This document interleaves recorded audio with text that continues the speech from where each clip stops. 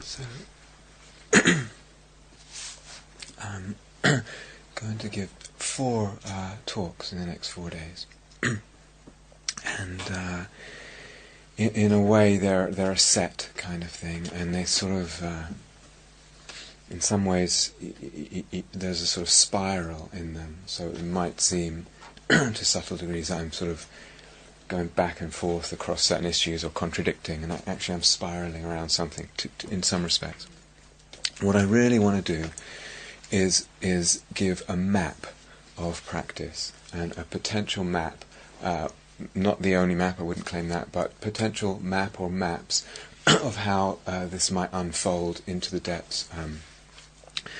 For many of you really in the future, if you want to pursue it. For some, a lot sooner than that, actually quite imminently. So I hope that's okay. I really hope that that's okay to do that, to put that out there, and I hope that that can be interesting. I hope that's interesting for you.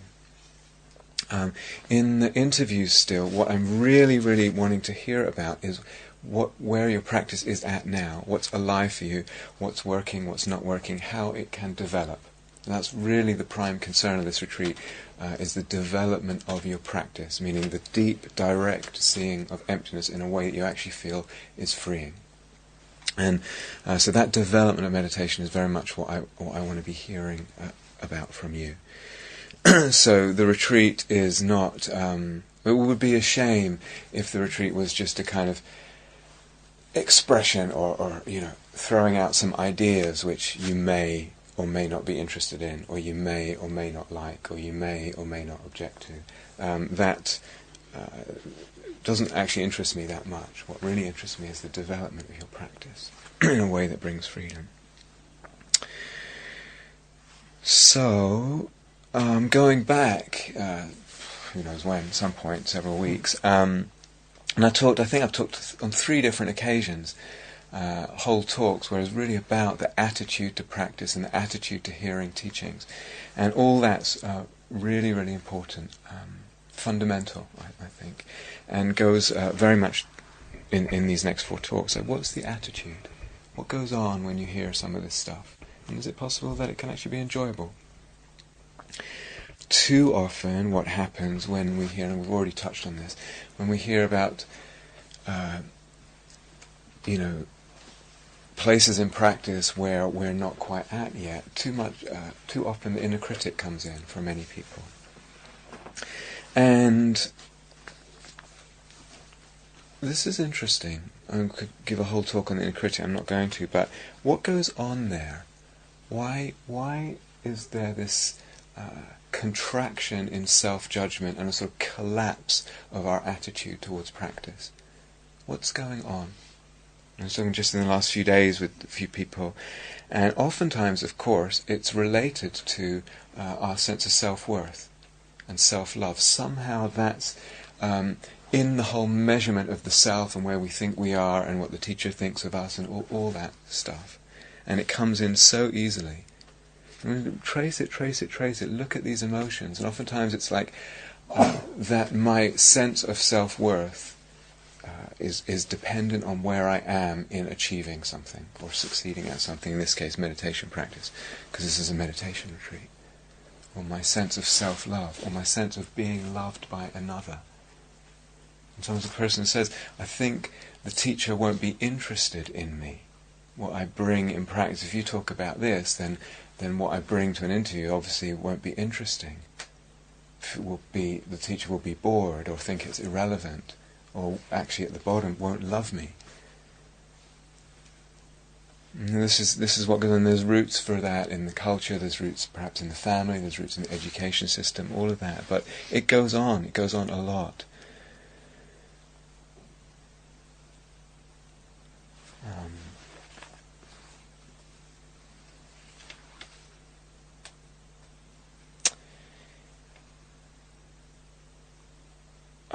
I don't know if I should say this, but just from my point of view, there's none of that going on at all. what I respond to when a person comes to an interview is how much they care, and their aspiration, and their wherever one is. It's like wanting to be a bit freer, wanting to understand a bit more. Where one is completely irrelevant. But that's something that when a person has care, when they have aspiration, that's what my heart resonates to. And whatever your care is, I feel like I'll meet you there. I'll meet you. With however much care you have, I'll meet you. And it's not about where you are. And then, of course, if you don't care, it makes it hard for me, because then I feel like I'm kind of lifting up a weight. But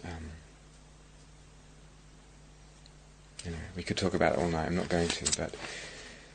But so maybe the inner critic comes up in these talks, and fine, not a problem. It can be there. It can be there. It's just a blah blah blah blah blah, and it's okay. It's just the tape machine running. I don't have to necessarily buy into it. Maybe give it lots of room, give it space. It can be there. Not a big deal.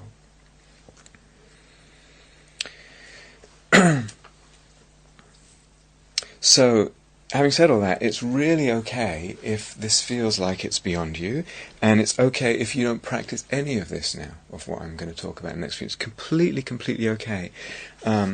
You may feel like you want to file it for later. You may feel that that's what you want to do, is sort of try and understand, get a picture, make notes if you want, and keep it for another time. Keep it for some time to come. That's totally appropriate. So in a way, I hope, as if for many of you that will be the case, I hope then that kind of frees you up to just listen and sit back and just kind of kick back, put your feet up, metaphorically, and enjoy and listen and just kind of curious. And still be engaged, and that's completely fine. So I want to, as I said, fill out a map, to have a sense of how this whole process might unfold and might deepen for a practitioner. And again, probably works better if we have the questions afterwards, unless it's really not making sense. Okay, well, actually, similarly, still staying on that topic. When we look at practice is huge. I mean, to me, it's huge, and it's deep, and it's wide, and it's multifarious. It's so rich what practice is. And I had this image way back of this poisonous tree, and so you can cut the flowers off, or you can cut some branches off, or you can prune it a little, or you can cut it in the trunk, or you can really go to the roots and uproot it. Practice is like that. In other words, we have a whole spectrum of where we can pitch the practice at any time. And it's not that as we deepen in practice we sort of forget about earlier pitches, or pruning the leaves, or pruning the flowers. It's that we just add more and more. So, for example, you and I are friends and we have an argument. It might be completely appropriate for us to just talk, me to just think about how I'm communicating. There's no emptiness, no business of not self, just about that. How am I communicating? Totally appropriate, no matter how much practice I've done.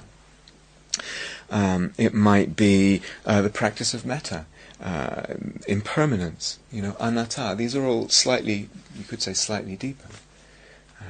We've touched on the awareness of phenomena being empty, the understanding, the practice of seeing the emptiness of phenomena. That's a deep, it's cutting this poisonous tree deeper down on the trunk. But all of that is available, and beautiful thing as practitioners is we have a choice. We have more and more choice as practice unfolds. So tonight, what I want to speak about is awareness, and how can we, as meditators, really see deeply that awareness lacks inherent existence. And what does that mean, and how might I move towards a meditative, deep, transformational seeing of that? Okay, more than an idea. And that, you could say, is really getting close to the roots. It's really beginning to actually lift up the very roots of this structure of the poisonous tree. It's a very, very deep level of insight. But all of those levels are available. They're all available for us. And they're all actually important. So where I'm going with this is to say that awareness, or the mind, using those two synonymously tonight, mind or awareness or consciousness, whatever, is empty of inherent existence. Now that might sound abstract. If a person says that, what does that even mean? Awareness is empty of inherent existence.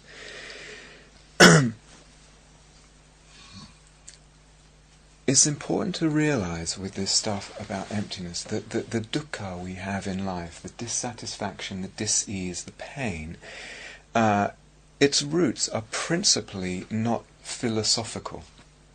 They're not that we've taken a wrong idea of this and that and we're believing this philosophy as opposed to that philosophy, or this metaphysic as opposed to that metaphysical belief or idea. That's actually not really the deep problem. Going right back to the beginning, the deep problem is the innate, intuitive sense of the inherent existence of things, including awareness. That's not anything to do with philosophy or ideas or religious ideas or what I've read in this tradition or that tradition. It's actually something that we viscerally feel that things, we see things as having inherent existence, we sense things as having inherent existence, and that level, much, much deeper, whether we're conscious of it or not, is where the suffering, the bulk of our suffering, dukkha, whatever you want to call it in life, comes from.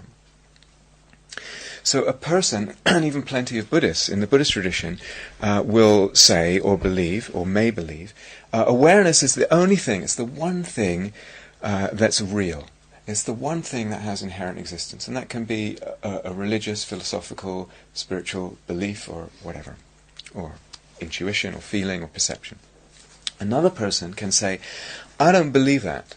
The Buddha clearly said that awareness also lacks inherent existence and is also dependent arising. If the second one is just an intellectual belief based on what we've read in the suttas and what the Buddha said, etc., actually the case is that both are kind of still the default view of inherent existence. Just an intellectual view is not going to cut things. I need to see it deeper in meditation. Do you understand?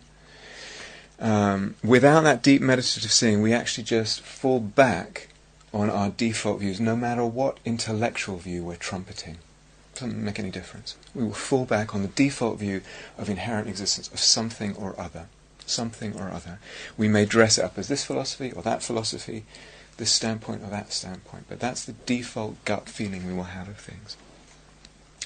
Now, some of you in this room, and it was very much the case last year, and it's good, it's great, some of you will be of a sense or an intuition or a feeling or a perception that awareness is not empty of inherent existence. That actually is some kind of reality there. And it would really seem to a person that to say that awareness doesn't have inherent existence would then be a disappointment, a mystical and spiritual disappointment.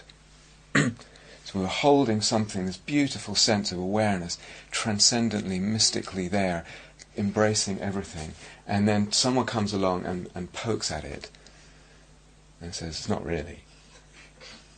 And it would be like, what a deflation. Actually, that's not the case.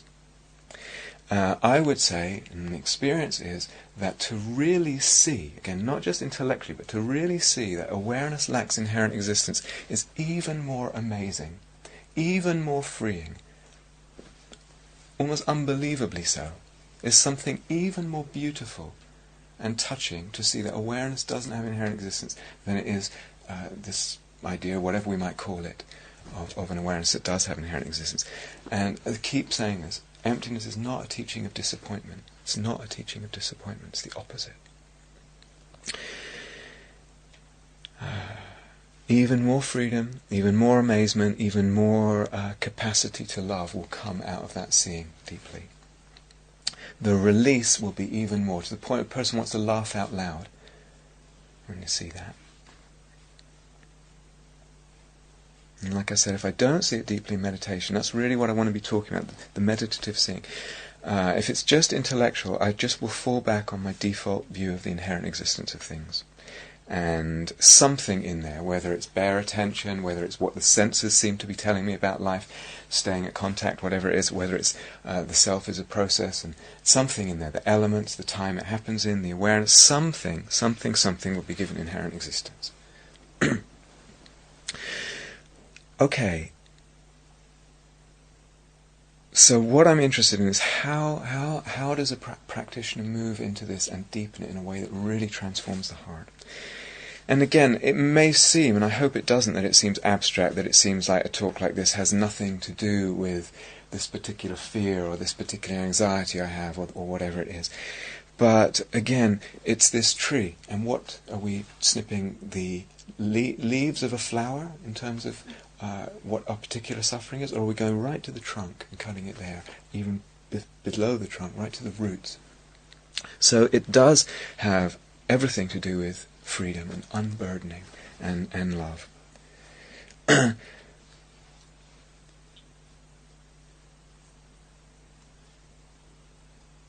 So to remember also that saying that something, this self or this phenomenon, this aggregate or awareness or whatever it is empty, is not a kind of nihilism.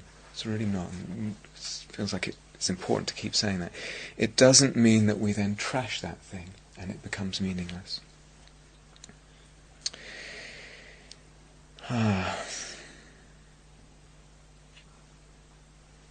Okay. So, I said I was using this word mind and awareness synonymously. Sometimes people use the word mind and they refer to the sort of grosser cogs of thinking and wrestling with things, etc. I'm actually tonight using the word mind, consciousness, awareness, that which knows, all meaning the same thing. So this knowing, this capacity of knowing, whatever it is that knows, that's what I'm talking about tonight. Sometimes people say the mind is the four mental aggregates apart from form. So you've got form, and then the mental, what makes up the mind is feelings, perceptions, mental formations, and consciousness. And you could say that's mind. Either way, whether it's the four aggregates, whether it's just one called consciousness, whether I call it awareness, whether I call it that which knows, whatever name I give to it, it's empty. It's empty. And that's what I want to go into. So, not way back, a couple of weeks ago, when we were doing the anatta practice, and we talked about, there's actually a subtler level in the anatta practice. It's quite a thing to be able to have a sense of consciousness or awareness, and in that moment really to be feeling it as not me, not mine, to unhook the default normal identification that we have with awareness. And that's that in itself is a practice, unhooking the identification with awareness, with consciousness, with mind. There's a Thai forest meditation master called Ajahn Mahabua. He's probably still alive, but if he is, he's very, very old. And he gives an account of his practice at different stages. And he said he was doing walking meditation years ago, and this voice came up inside him, just sprang up, this intuitive wisdom. And it said, when there is a center to the knowing, there is dukkha. When there is a center to the knowing, there is dukkha. And that, he said, was a real turning point in his practice. When there's a center to the knowing, usually I'm the center of the knowing, okay? And when there's a center of the knowing, there's dukkha. Actually, that statement can be understood at a couple of different levels. Of meaning. We'll come back to this. Because I can take it as saying that awareness is there, but it's not me or mine. It's the anatta of awareness. I can take a whole other level of subtlety, which is what I want to get into tonight, which is awareness is shunyata, is empty. Shunya is empty. Awareness lacks inherent existence. Not just that it doesn't belong to anyone, but that it actually lacks inherent existence. Okay? It's already subtle to see that. It's already subtle to be able to unhook the identification from awareness. Very possible, subtle, difficult, very possible. It's even more subtle to see that consciousness, awareness, mind, whatever we call it, lacks inherent existence. Very difficult, very possible. Very difficult, very possible. To see it deeply in meditation. But I want to again repeat something I've said before in here, which is a style of teaching, which is that I may, for quite a while, have the view, or the feeling, or the sense, or the perception in my meditation that awareness is it, and that it doesn't. That it does have inherent existence. That it's not empty. That it's the reality. And I view that as a really, really important stepping stone. So going back to the talk we gave on the vastness of awareness a couple of weeks ago, not the final truth, but really, really an important stepping stone. So it's like these stances or these views that you can get into and kind of pitch camp there for a while. Very, very freeing. A lot of love comes out of that. Very important. And they're provisional. So let's repeat that phrase from the Dzogchen tradition. Trust your experience, but keep refining your view. Trust your experience, but keep refining your view. Yeah? So talking about the movement of practice. Okay, so let's go into this. If, perhaps at first in practice, or maybe for actually quite a while in practice, the sense of the mind, or awareness, or consciousness, is somewhat like a mirror. It feels as if there's something inside, so to speak, that is a kind of mirror for the world. It's mirrored inside somewhere. Now, obviously, we don't think there's an actual piece of glass inside somewhere, but the sense is of awareness is kind of functioning like a mirror. And some people will, and again, you'll hear it in teaching, some people use that model and say the emptiness of the mind. When people are talking about the emptiness of the mind, what they're really talking about is cleaning that pane of glass, scrubbing it. Again, we go back to the doors of perception, Aldous Huxley and all that, bare attention. You're scrubbing this glass so that it reflects, like a really good mirror, it reflects cleanly the reality outside. Sometimes also you hear emptiness of mind or no mind means no thought. But I don't know if you remember, I made a division between thinking and conceptuality, which I'm going to go into tomorrow. To me, that these are helpful pointers, but not the full thing yet. Why is it helpful to feel or even view awareness as a mirror? A mirror is unaffected by what goes in front of it. A mirror does not care what it reflects. Right? Doesn't beautiful, ugly, scary, whatever. A mirror does not care. We can have a sense in meditation, in our introspection, of awareness is like that. It's unfazed, unperturbed, unbothered by what it's reflecting. And that sense of awareness brings equanimity, because equanimity is exactly that, is it's not being bothered too much by what's in awareness. So it's actually very, very helpful, but as I said, not quite the real deal. Why not? We don't need anything more than we've already done in here. It implies, if it's reflecting reality, it's implying things as they are. An independent, inherently existent reality of things which is reflected by awareness. But all this business we've done in terms of seeing the emptiness of phenomena shows us already that things as they are is not. There is no things as they are. Right? There is no things. There is no how things are.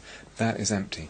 That's wrapped up in the mirror concept, or the mirror intuition, or whatever, or the mirror teaching. Can't be the real thing.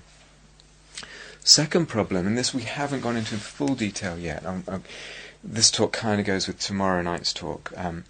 But the sense, again, with a mirror sense of awareness, the feeling there, the intuition, the implication, is that awareness is something passive. A mirror just hangs out, doesn't do anything. Along comes an object, along comes the world, along comes whatever, and passively the mirror awareness automatically reflects it. And again, in meditation, you can have a real sense of awareness being something that just is. It just leave it, and it just does. It does its thing spontaneously, without effort, without doing. But this actually, with a lot of deep examination, I'll go into tomorrow in more detail, we actually find out that awareness, the whole process of knowing, being aware of something, is not a passive process. It's a fabricated process. Part of that wheel of dependent arising is fabricated. We actually put work in to know something. Very, very subtle, extremely subtle. This is where we get into the subtlety of dependent arising. But the sense of passivity of awareness is actually, it's not quite seen deeply enough. There's a famous Zen, I think he was a 6th Zen patriarch called Huineng. Have people heard of Huineng? Yeah. I can't remember the story exactly. He was in a monastery, but not even a monk. He was something like. Do you remember what he was? Bruce tells the story from yesterday. You did. Okay. He was an illiterate woodcutter. Good. Thank you. Yeah. Burst. Yeah. So you heard the whole story. Did you hear the poems? Why didn't you read okay. it? Because there's various different... okay, so anyway, he was not a monk, and then there was this is a story I know, the abbot knew that he was dying, and wanted to find a worthy heir, a worthy successor for the abbotship, or whatever it's called.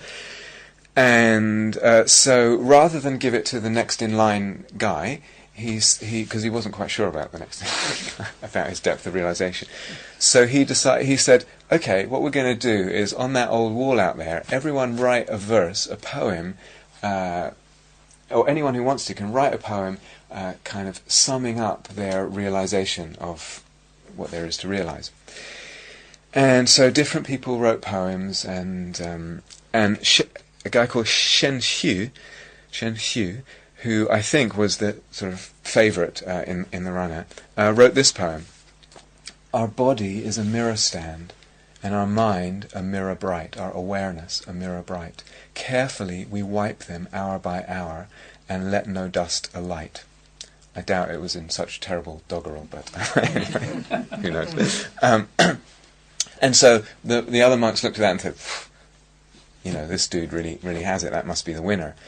And then something happened, I don't know, the abbot didn't say anything yet, and a couple of days went by, and then one night, the next morning, another poem appeared. There never has been a mirror stand, there never has been a mirror bright. Since all is void and empty, where can the dust alight? And that was Huineng's poem, this illiterate woodcutter, wasn't even a monk, and the abbot said, that's my man. Okay, so that's one model, and we're going deeper than that model. Helpful, but only provisional. Another model that we might is this sense of going back to the vastness of awareness that we did. Really, really important for a lot of people. And there's two ways it can feel, as we did in that meditation, it can feel like the awareness is sort of infinitely vast and holding everything. It's almost like awareness is the container for everything. And everything just happens in that, and awareness remains unaffected, eternally serene, eternally unperturbed by what happens within it.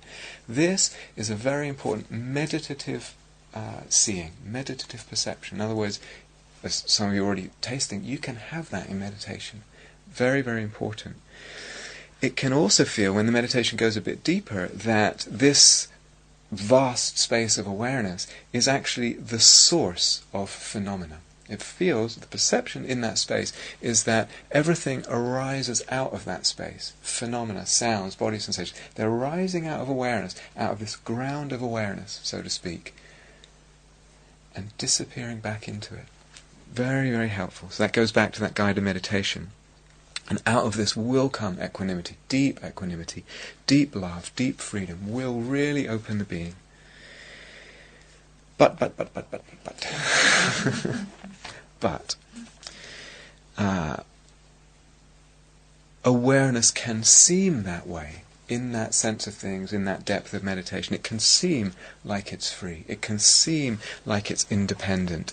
It can seem like it's just there, eternally there, unperturbed, vast, uninvolved in the sort of more gross cogitations of the mind and experience and the thinking and the reactivity and the building and all that. But, a couple of buts, we are probably not seeing, or we need to see, that sense of vastness, of awareness too, is actually an object.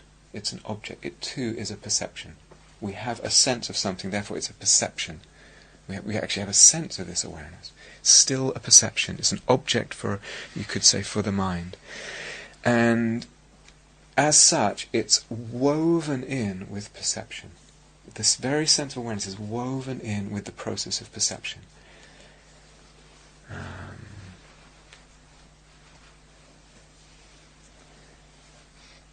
Very, very helpful, but that's the thing we need to see, that it's woven in with perception. And by perception, remember I'm using perception, experience, object as all awesome. It's woven in with that process of perceiving. The Buddha said, if you understand perception, you don't need to understand anything more. It sounds like such a dry thing to say when he's saying, what is awakening? It's the understanding of perception. It sounds very dry. We would rather hear something else, perhaps. But that's the nub of it. Because our very sense of awareness is wrapped up with perception. I'm going to go into this in more detail. There's a sutta, it's actually the first sutta in the Majjhima Nikaya, where it's a very striking sutta. So, this sense of awareness, or vastness of awareness, being a kind of source, a kind of groundless ground of being, out of which of everything kind of emanates from that and disappears back into that.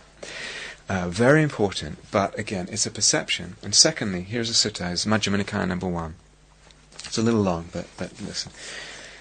An ordinary, uninstructed person perceives the luminous realms, meaning the jhanas, the great being, a sense of God, the dimension of infinite space, the dimension of infinite consciousness. So the Buddha's talking about what you can perceive in really deep states of meditation.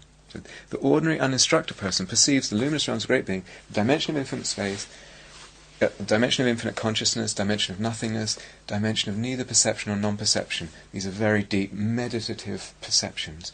The all perceives nirvana. Perceives nirvana. And perceives that as those things, as the luminous realms, as the great being, as the dimension of infinite space, infinite consciousness, nothingness, neither perception or non-perception, the all or nirvana. Perceiving, to paraphrase, these things as these things, he conceives things. He or she conceives things in that thing. In other words, I conceive things in that space of awareness. I conceive things in that space. I conceive, or he or she conceives things coming out of that. Do you understand what I'm saying? Conceives phenomena coming out of that space of awareness, or whatever. He, she conceives whichever one of these flavors of spaces, to go back to the talk on vastness of awareness, conceives this or that space as mine, and delights in that space, whatever space it is. Why is that? Because he or she has not comprehended it, I tell you. Something there we still haven't understood. A practitioner who is a trainee, and listen to this language here, yearning for the unexcelled relief from bondage, his aspirations as yet unfulfilled, directly knows the luminous realms as the luminous realms, etc., the great being is great being, dimension of infinite space, infinite consciousness, nothing is not, or nirvana as all those things. Directly knowing these things as these things, let him or her not conceive things in that space. Let him or her not conceive things coming out of that space. Not conceive these spaces as mine, not delight in these spaces. Why? So that he or she may comprehend it, I tell you. May comprehend it, I tell you. May understand that space, what it actually is. In other words, don't give it something it's not.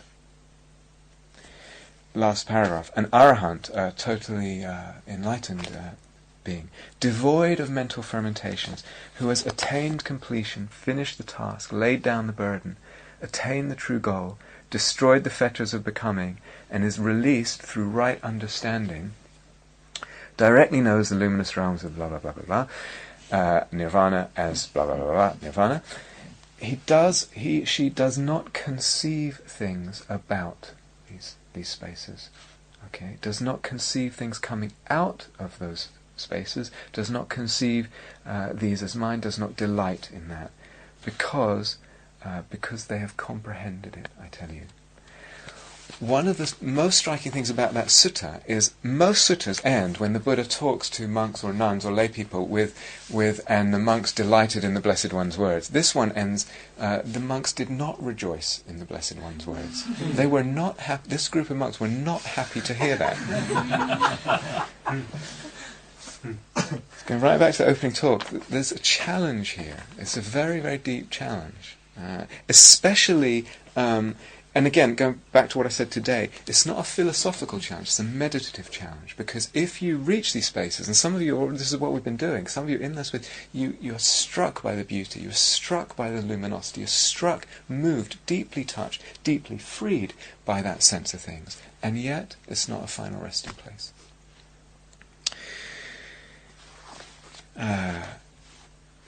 So, other flavors. The nature of awareness is luminous. The mind is luminous. Again, hear that in lots of different traditions, including the Buddhist traditions, both Hinayana and Mahayana. And again, a very palpable, striking, moving, freeing sense of things that one can have in meditation. Not talking about philosophical abstraction, but actual sense of things that one gets with one's own inner seeing. Let me read you two translations of the same passage in the Pali Canon, Anguttara Nikaya 149. First translation. Luminous is this mind, brightly shining, but it is coloured by the attachments that visit it. This unlearned people do not really understand, and so do not cultivate the mind. Luminous is this mind, brightly shining, and it is free of the attachments that visit it. This the noble follower of the way really understands, so for them there is cultivation of the mind. How do you feel when you hear that? It's not a trick question. It's nice, isn't it? No? I think it's nice. Luminous is this mind, brightly shining, but it is coloured by the attachments that visit it. This unlearned people do not really understand, and so do not cultivate the mind. Luminous is this mind, brightly shining, and it is free of the attachments that visit it. This the noble follower of the way really understands, so for them there is cultivation of the mind. Seems to be pointing to the luminosity. The mind is luminous. That's the kind of... There's another translation, very same passage, different teacher, different translator. Luminous is this mind, brightly shining, and it is defiled by incoming defilements. This unlearned people do not understand, and so there is no development of the mind. Luminous is the mind, brightly shining, and it is freed from incoming defilements. First, AN 149. The first one said it is free, the second one said freed. Quite a difference, isn't there? Freed from income. And so for them, and so for these people who understand, there is then development of the mind. Okay. Partly what I want to draw attention to is, a couple of things. Learning a little bit of Sanskrit myself now, very slowly in the last couple of years, I already knowing enough to actually see that passages can be bent in their translation quite easily. That a lot of the original texts are not that clear. Is it saying this or is it saying this? Ajahn Mahabua, that Thai forest master I referred to earlier, he then, in his kind of meditation memoirs, or whatever you want to call it, he then goes to another place where he said the only thing left was this sense of ignorance, delusion. What is this? What is delusion? And he was struck by the luminosity of the mind, this radiant mind, radiant mind.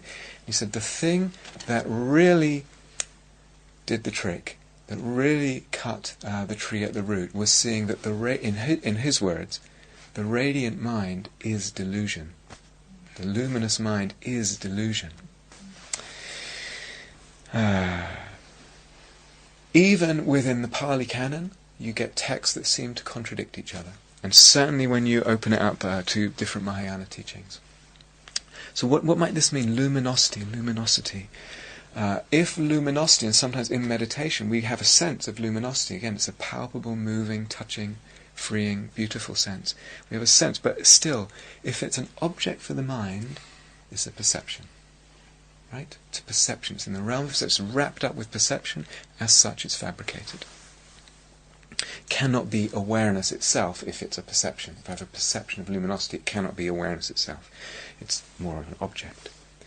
Do you remember going back to that talk on, I think it was on the vastness of awareness, and I said there's that sense of awareness is still a sense in awareness, and you can kind of regard it that way and maybe free in some way. In these two translations, then, some people, again within the Theravada tradition, will lean towards the first one. And I'm really interested in why people lean in different ways. I'm going to go into this in these 4 talks. And what's very interesting to me is, why do I get pulled one way or another way with this? What's going on? I'm interested in pre-deciding, preconceptions, favoritism, etc. When the first one of these 2 translations, which seems to give a kind of inherent existence to the luminosity of the mind, kind of by itself, there, free of defilements, existing eternally, etc. There's another passage where the Buddha talks about, in his description in the positive of Nibbana, which is very rare, he says, consciousness without limit, without feature, luminous all around.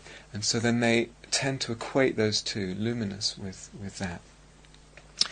But when he talks about, I'm going to get to this might not make sense right now, I'm going to get to this in a couple of talks' time. This, what we could call unconditioned, unfabricated, consciousness without limit, without feature, when he explains what that is, he says, it does not partake of anything in the phenomenal world. In other words, it's a consciousness that doesn't know anything in the phenomenal world. It's not awareness and consciousness how we usually mean it. Okay, it's something else. If it doesn't partake of anything in the phenomenal world, how could it be defiled? How could it possibly... It would not even meet with anything of phenomena that could defile it. And how could it possibly be developed? I can only develop something that is phenomenal. Do you understand? I'm just saying, what's the it in this? The it is, sometimes when, it's a little hard for it to make sense now because it really refers to something I'm going to talk about in 2 talks' time, the unconditioned or the unfabricated. And sometimes the Buddha talks that in the positive, very occasionally, and says it's consciousness without limit, without feature, luminous all around, but it doesn't partake of any of the phenomena of the world. It doesn't partake of anything in the phenomenal world. We'll get to that. But what I'm really drawing questions about is the equation of this luminous as the mind with that other description of luminosity. Part of the problem here is language. If you really get into this stuff, and some of you will, and some of you won't, that's fine. But if you really get into this, and you read a lot of text, and you study a lot, and you really want to understand, what you begin to notice is that people use language, the same word, luminosity, with a vast range of meanings. A vast range means very different things. And even, I will use the same word, and a teacher, even the Buddha, clearly used the same word with different meanings at different times. And this is difficult, it makes it difficult. It throws a lot of confusion in the works. Sometimes 2 people are using the same language, and it sounds like they're talking about the same level of meditation or the same level of insight, and actually is vastly different. What's implied by the language, vastly different. So if you rummage around and really, really, really rummage around a lot, you will eventually, hopefully, find what is meant, and you might have to look in Mahayana teachings, you might find what is meant by this word luminosity of awareness. It actually turns out to mean purity. What does purity mean? It turns actually out to mean emptiness of inherent existence.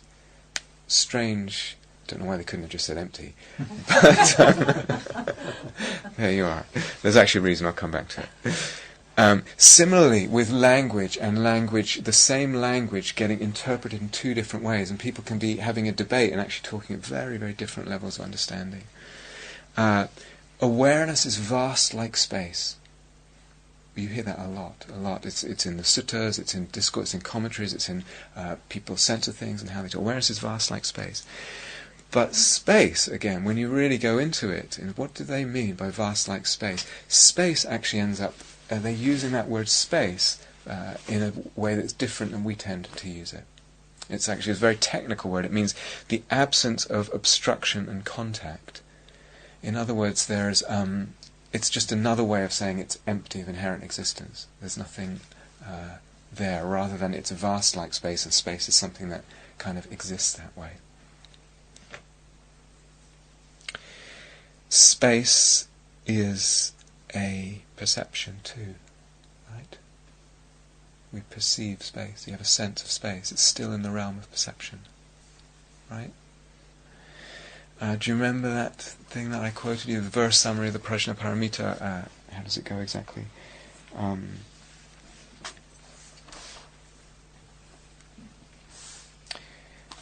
The Buddha, the Tathagata, teaches that one who does not see forms, one who does not see feelings, one who does not see perceptions, does not see mental formations, does not see consciousness, mind or mentality, sees reality.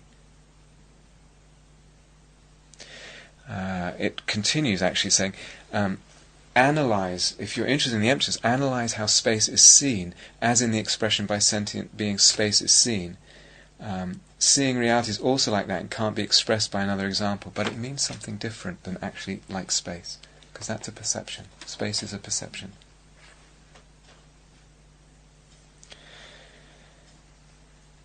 The Buddha in the Pali Canon, this is from the Samyutta Nikaya 22, number 95. It's quite a famous sutta, but it doesn't get. It doesn't receive enough attention. He's talking about the aggregates one by one, and gives different metaphors or similes for how they are actually empty of inherent existence. So right there in the Pali Canon is the teaching of the emptiness of phenomena. And when he gets to consciousness, I can't remember the other ones. Body and form is a foam. It's like foam floating on a river. I think Vedana is like a bubble. Sankara is a banana. A plantain actually is empty of something inside.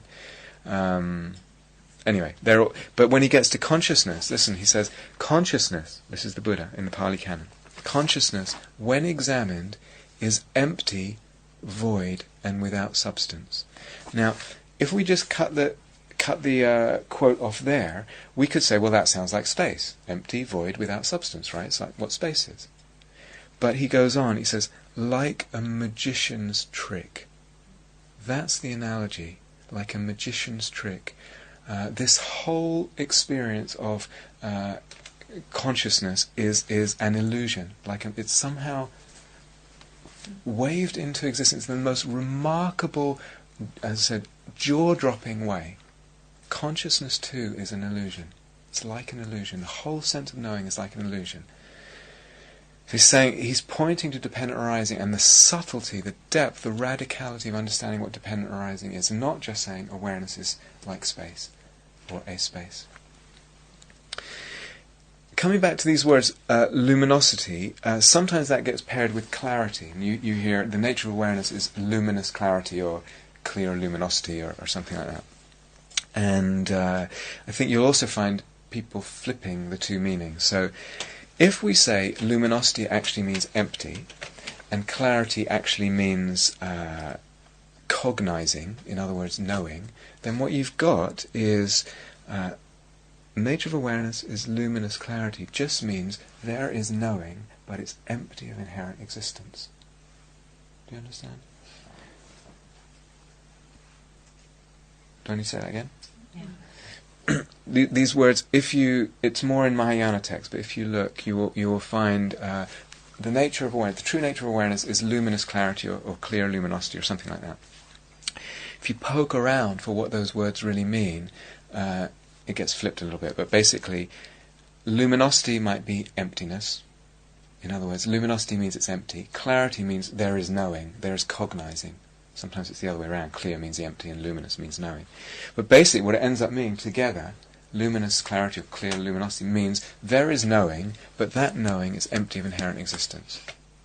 rather than there is something that exists and is luminous by its nature. Subtle. Why those words?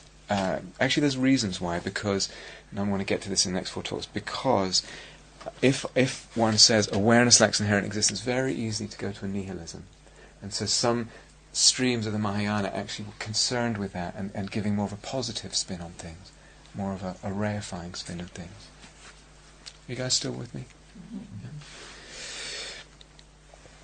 Yeah. Okay, so what does it mean to say there is knowing but is empty of inherent existence? In other words, there's no inherently existent entity that knows. There's no mind or awareness as a thing or a substance or even a space. This is what I want to explore the full meaning of tonight and tomorrow night. So we go back to that talk on the vast awareness and say again, excellent basis. Really important practice for a lot of people. There's a sense of vastness in there, luminosity, a sense of it being the source, the ground, still really important. It's attractive to a lot of people. It's simple. It doesn't need much thinking about. It can seem like it's non-conceptual, but actually it's still conceptual, and that's what I want to get into tomorrow. It's still some conceptuality. Feels like it's very simple and non-conceptual. It still is.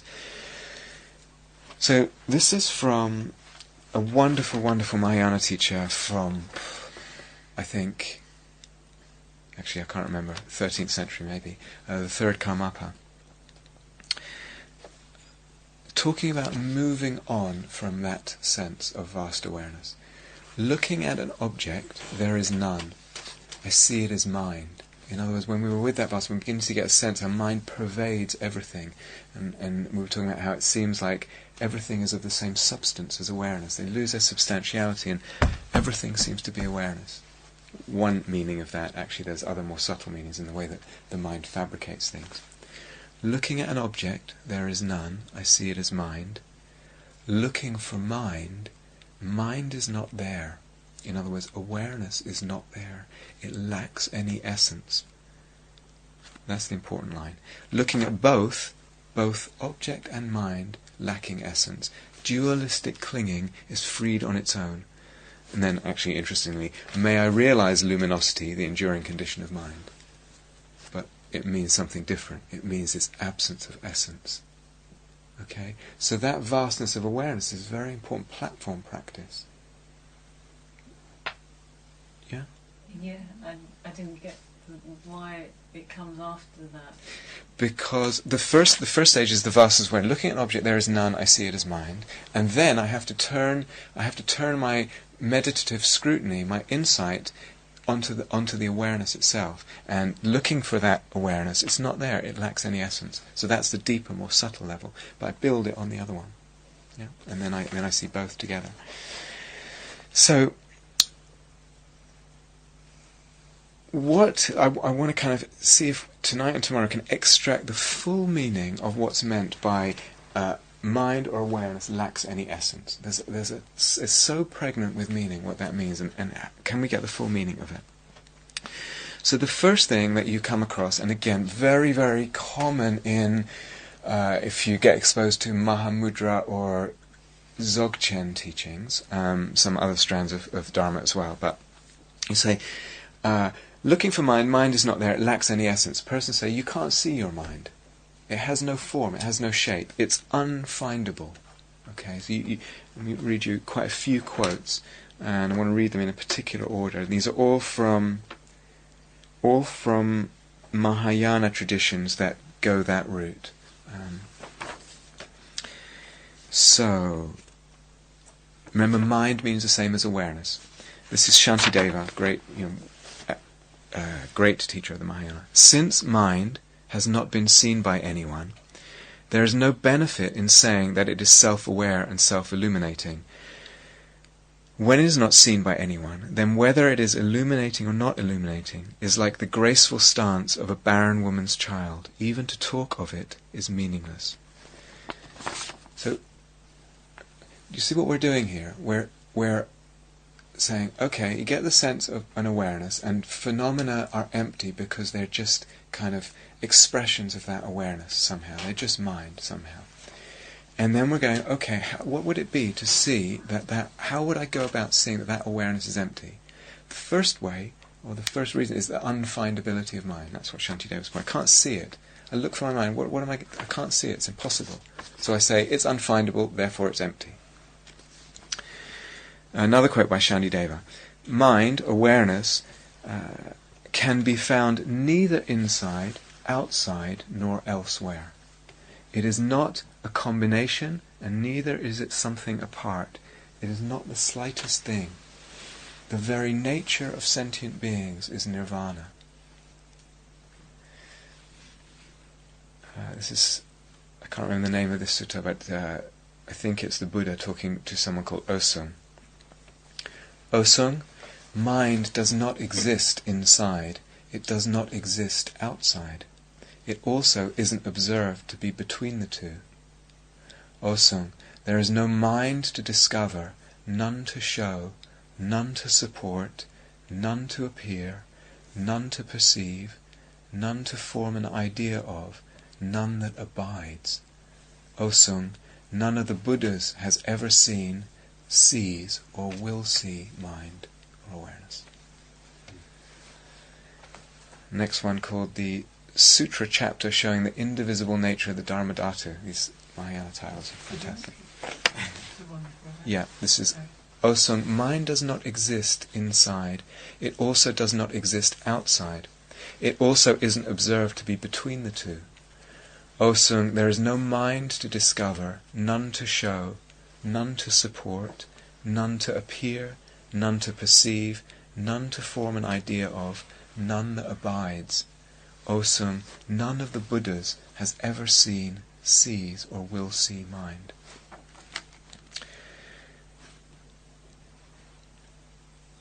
Next one, Sutra chapter.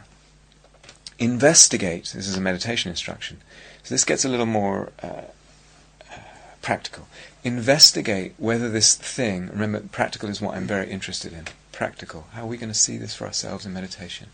Investigate whether this thing you call mind or awareness is blue, yellow, red, white, maroon or transparent, whether it is pure or impure, permanent or impermanent, and whether it is endowed with form or not. Mind has no physical form. It cannot be shown. It does not manifest. It is intangible. It does not cognize. It resides neither inside, outside, nor anywhere in between. Thus, it is utterly pure, totally non-existent. There is nothing of it to liberate. It is the very nature of ultimate reality, Dharmadhatu. Last one. The manifest awakening of Vairochana. How should one properly understand one's mind to be? Like this.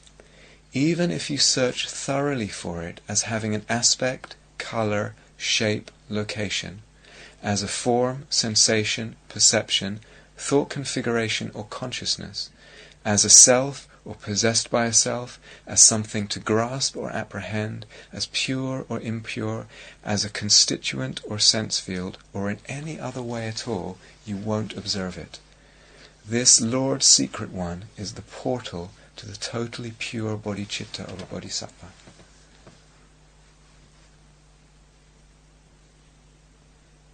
Beautiful, I think. Very beautiful. Did you notice? I read them in that particular order because there's a level of sort of thoroughness there, of non-findability.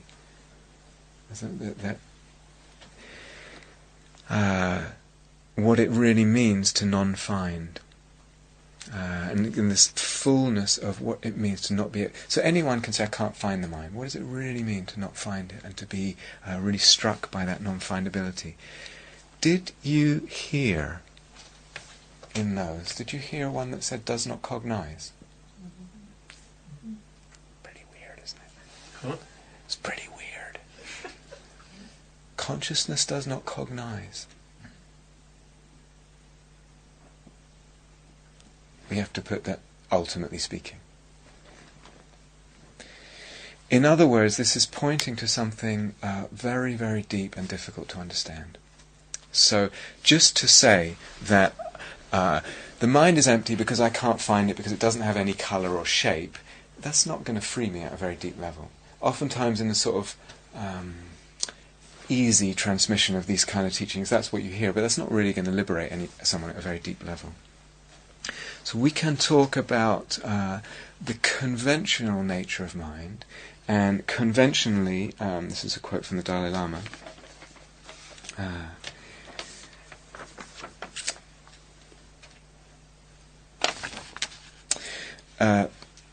conventionally, mind does not exist as anything physical. It lacks anything tangible. Any object can appear to it, and it exists as an entity of mere knowing. So that's that meditative, when we look for the mind, we say it doesn't have anything physical, it's just a kind of knowing.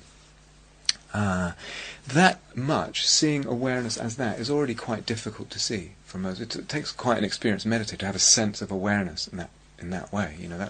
That already is quite difficult. But that's just the conventional nature of mind. We have to go even beyond that and deeper than that. Analysing more deeply, and actually what is the ultimate nature of awareness, the ultimate nature of awareness. And this is something very deep to see, it's a very deep practice. So, there was a Tibetan teacher called Gampopa around about the 11th and 12th centuries, very great teacher, sort of meeting point of the Gelug and the Kagyu traditions. He said actually there are three faults, or three ways, three avenues to see that awareness has no inherent existence meditatively, that we can actually practice with, that we can really practice with. The first is this unfindability, but remember, it's like I want to go deeper and deeper into what that means, not just enough to say it's not a colour and it doesn't have a shape. That in itself is quite easy for anyone to see, won't be liberating, won't be completely convincing that the awareness lacks inherent existence. The other two are much more powerful, really, really powerful in deep practice.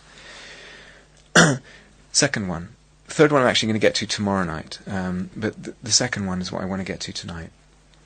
We use this word consciousness, or awareness.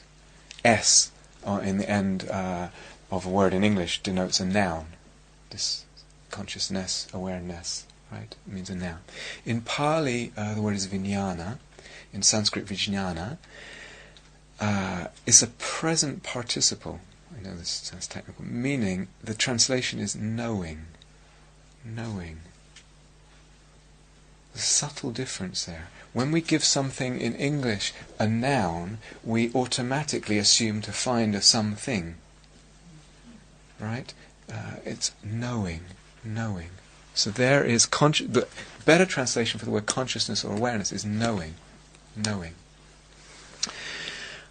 So rather than a noun and a substance, expecting a substance or even a space with some kind of spatial substantiality, it's actually knowing. We talk about the six sense spheres and knowing of the six sense objects. Okay, this puts quite a different slant, it opens up an avenue that goes very deep in meditation, because knowing needs a known. Knowing needs a known. A verb needs an object. Knowing needs a known. And vice versa. The known needs knowing. I cannot have a known without knowing. It wouldn't be known otherwise. I cannot have knowing without something that's known. Do you understand? Like the observer needs something observed. Yeah, exactly. Same thing. However, two things, so we're saying knowing needs a known and known needs a knowing. They are mutually dependent. Mutually dependent. Two things that are mutually dependent cannot be inherently existent. It's actually impossible. Two things relying on each other cannot be inherently existent. If one depends on another, it means as a cause, it means they would both have to kind of precede each other to be a cause for the other one. they can't be simultaneous, because if they're simultaneous, then there's no time for one to be a cause of the other. They don't arise together. Well, you could say they arise together, but with the full meaning of what it... So that's correct, they arise together, but I want to extract the full meaning of the implications of what it says to... Because we can trip off our tongue. Conscious and object arise together. Great. If I take the full meaning, that actually ends up meaning that they're empty of inherent existence. Quite radical. So let me just finish it out. One can't precede the other. They cannot be simultaneous, because there's no time to be a cause. So we've already been into this in terms of Vedana and the reaction, grasping and the thing. Do you remember? We talked about that too. Same deal. Consciousness and perception, remember I'm using perception as experience and object. Consciousness and perception, you could say also independent arising, consciousness and nama-rupa here. Consciousness and nama-rupa. That perception part of nama-rupa or Vedana. Consciousness and perception is the same as knowing and known, and they always arise together. They have to arise together. They are not the same. It wouldn't be accurate to say they're the same. They are also, though, not different in the sense that they're not separatable. I cannot separate them. I cannot separate them. And I cannot have one independently of the other. I can't have a known independent of a knowing. I can't have a perception independent of consciousness. I can't have a consciousness independent of perception.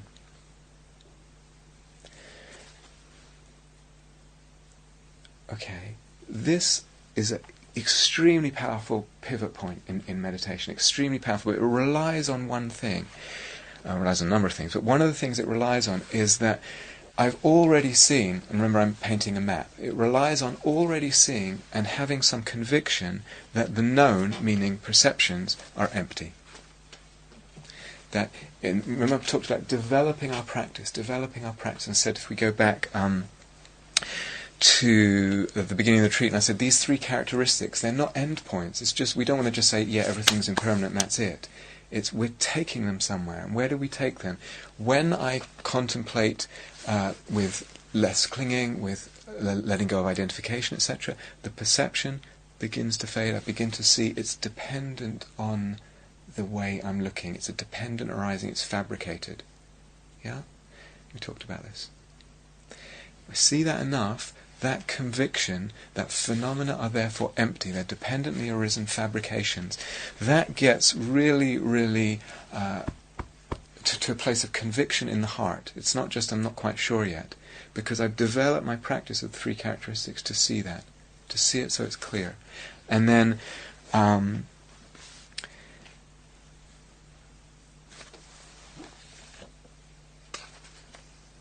the three characteristics practice, when I develop it, it's led to this understanding, this seeing of the fabricated, empty nature of phenomena. And then that becomes a conviction. And then that level of conviction, that phenomena are empty, I can then start, as I said this already in here, I can then start looking at phenomena and just saying, empty, you're empty, you're empty, you're empty, you're empty. Which is different than saying, let go of identification, or let go of clinging. Yeah? So the way I'm trying to present this whole retreat is, do this, you get to a certain level, and then that you can use as a base for the next level, and then that goes. And then that level, which is already a development. Remember, I know that I'm talking beyond where many of you are, but I'm painting a map, and I hope it's okay.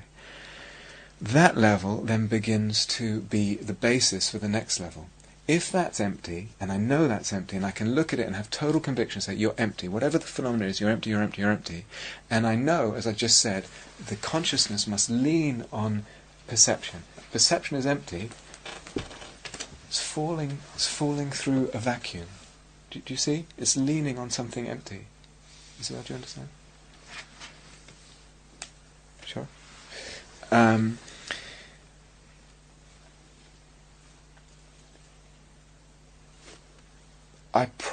If I haven't seen that, then this saying of consciousness and object arise together, it's not going to do much for my deep sense of freedom.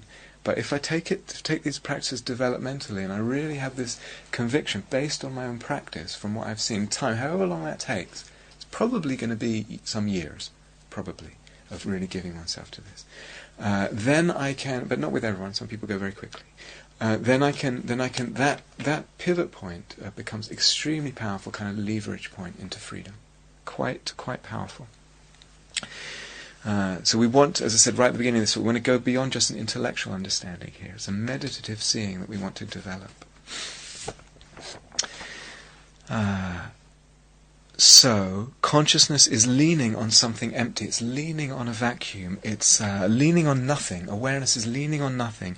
You could say then, the true nature of awareness is that it's groundless. It's groundless, in the sense that it's unsupported.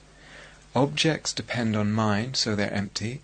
Mind, consciousness, awareness depends on objects which are empty.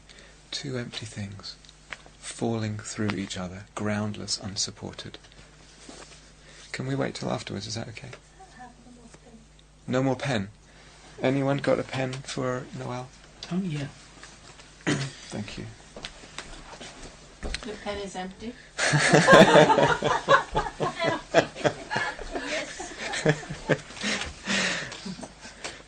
Okay, so if I meditatively am able to develop, and I'm not talking about anything that is not possible. I'm really not talking about anything that's not possible.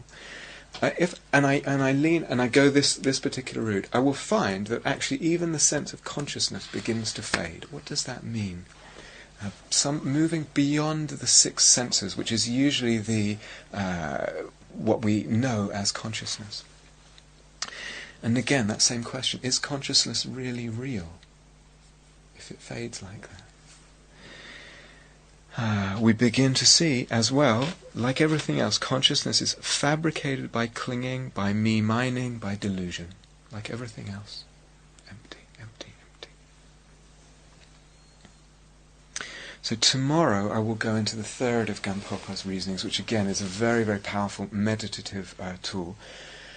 This one I've already talked about is you know, if you feel that this is within the realm of where you're at in practice, go for it. Go for it. I'm trying to be really clear. If you want to shelve it, leave it. It's fine. If you do use it this way, you can kind of hold in meditation a sense of this moment or this perception, whatever it is, stillness or calmness or whatever, this sensation in the body, and know that it's empty. If that's ready for you to say it, just know it's empty. If that conviction is there based on the practices you've been doing. And then almost like subtly, quietly reflect in the seeing. Remember, we're talking about ways of looking. That this sense of consciousness is actually dependent on and not separate from that which is empty. See what happens. This sense of consciousness is dependent on and not separate from that which is not empty. That which is empty, meaning perception, object. In other words, this thing that I'm looking at, whether it's a state of calmness or the sense of awareness or the space of awareness or a body sensation or stillness or whatever, luminosity, whatever it is, the sense of consciousness is dependent on that as the known, and that thing is empty. It's not separate from that. It's dependent on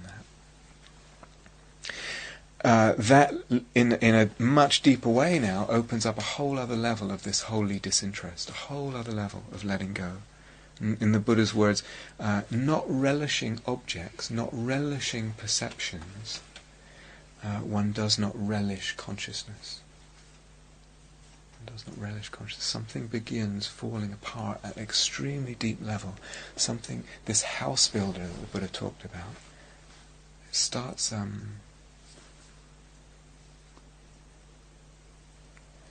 being dismantled at quite a deep level. So you can do it in quite a focused way, and so this stillness, this whatever. You can also do it in quite a relaxed, spacious way. And again, in the vastness of awareness, it's just, it's that sense of this awareness too also being empty. And so, like all practice, there's a kind of intensity you can bring to it, really focusing on this thing, and really like that, or you can kind of sit back metaphorically and kind of rest in that sense. And the same thing, but it's much more relaxed. So, again, like many of these practices, you can do it in a focused way or a spacious way, it's fine. You can also, we talked about,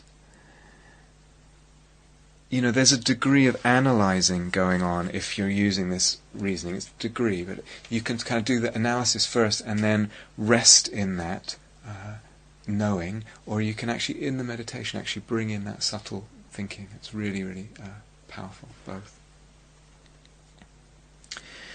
So, just to wrap up, it's interesting. Usually when I talk about this kind of stuff, it brings up reactions in people, and often sometimes people get angry. For different reasons, and or people say, it just sounds like such quibbling, whether aware, such a why bother, or how would you know anyway?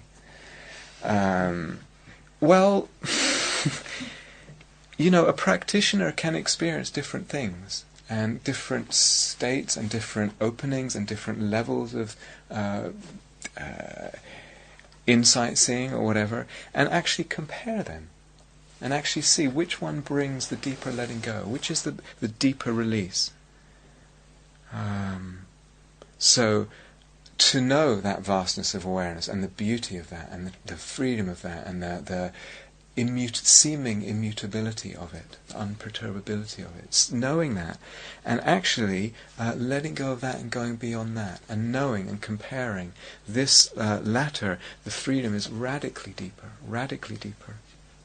And then in hindsight, perhaps, one realizes that consciously or unconsciously, one was ascribing inherent existence to something, seeing something with inherent existence. As I said a couple of times,